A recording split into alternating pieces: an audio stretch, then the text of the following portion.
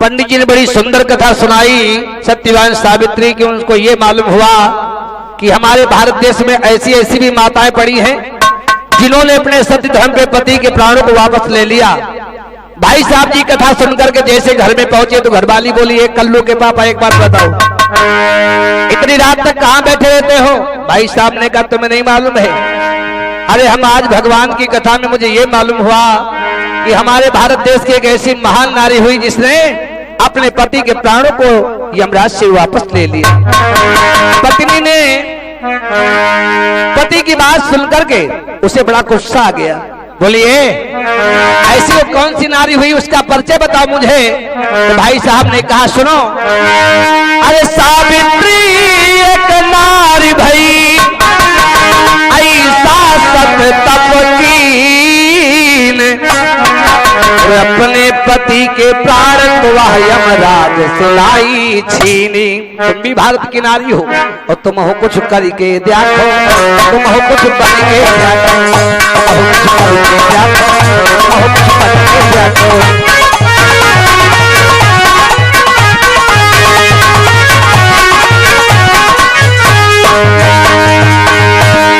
सावित्री एक नारी भई है ऐसा सत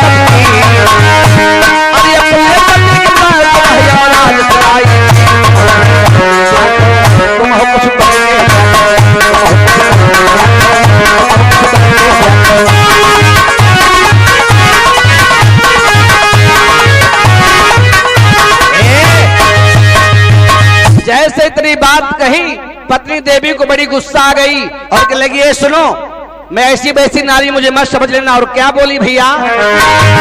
अरे उसमें की मैं नारी नहीं और ना कुछ सत तप की, तुम का तुम्हारे बाप का हम यमराज तलैबे छीनी, और तुम हो तो मर के देखो, तुम हो भी मर के।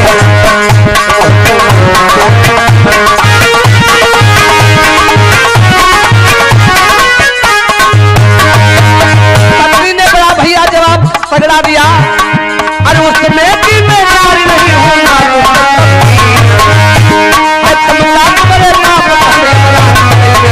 तुम हो तो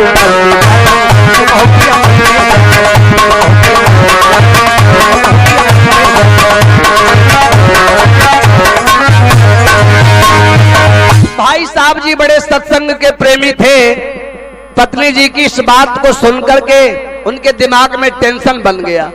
जब टेंशन बन गया तो भाई साहब जी करते क्या हैं? भाई साहब ने गंदे संदे खान पीन उल्टी सीधी रास्ता पकड़ लिया।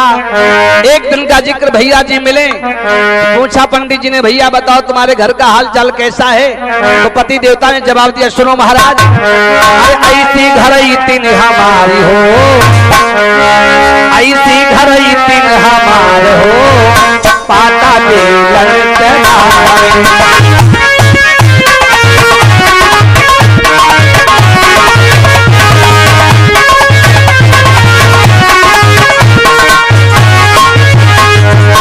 चिमटा फुकनी संभारी हो,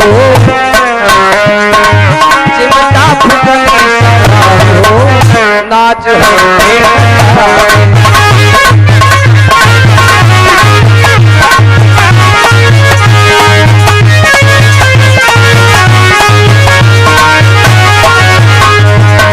और भाई साहब ने कहा, अरे बड़की बिटौली का बिस्तर सुताई के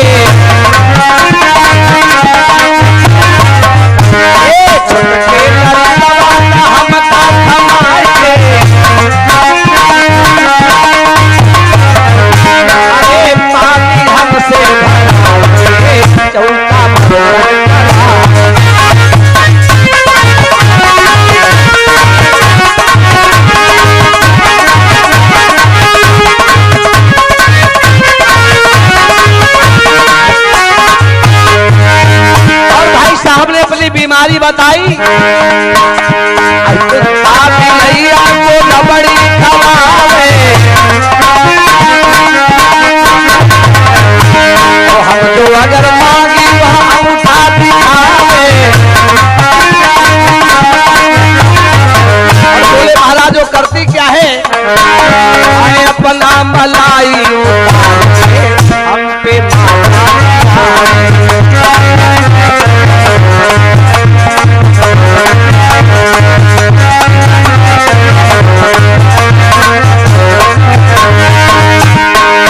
और कहने लगे हम पीते हैं किस लिए, हमें पीने का शौक नहीं, पीता हूँ गम मिटाने को। वो कौन सी गम है? लघुआ लगे तुमको देवता बतावे, तो हमरा कोई नौकर बतावे। अरे सैंडल अपने उतार के, हम पे बारिश